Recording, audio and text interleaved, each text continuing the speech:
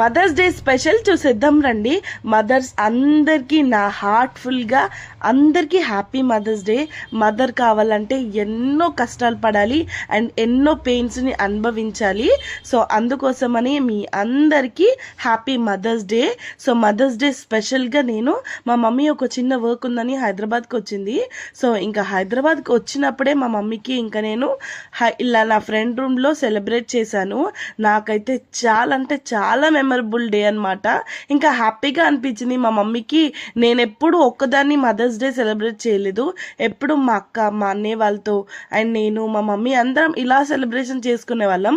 But మా మమ్మీకి ఒక చిన్న వర్క్ ఉండడం వల్ల మా మమ్మీ హైదరాబాద్కి వచ్చిందని నేను ఒక్కదాన్ని సెలబ్రేట్ చేశాను అండ్ నా ఫ్రెండ్స్ తోటి. నా ఫ్రెండ్స్ కూడా నాకు చాలా బాగా సపోర్ట్ చేశారు. నా ఫ్రెండ్స్ అందరికీ thank you so much. So ఇంకా మా మమ్మీ కూడా చాలా అంటే చాలా హ్యాపీగా ఫీల్ అయింది.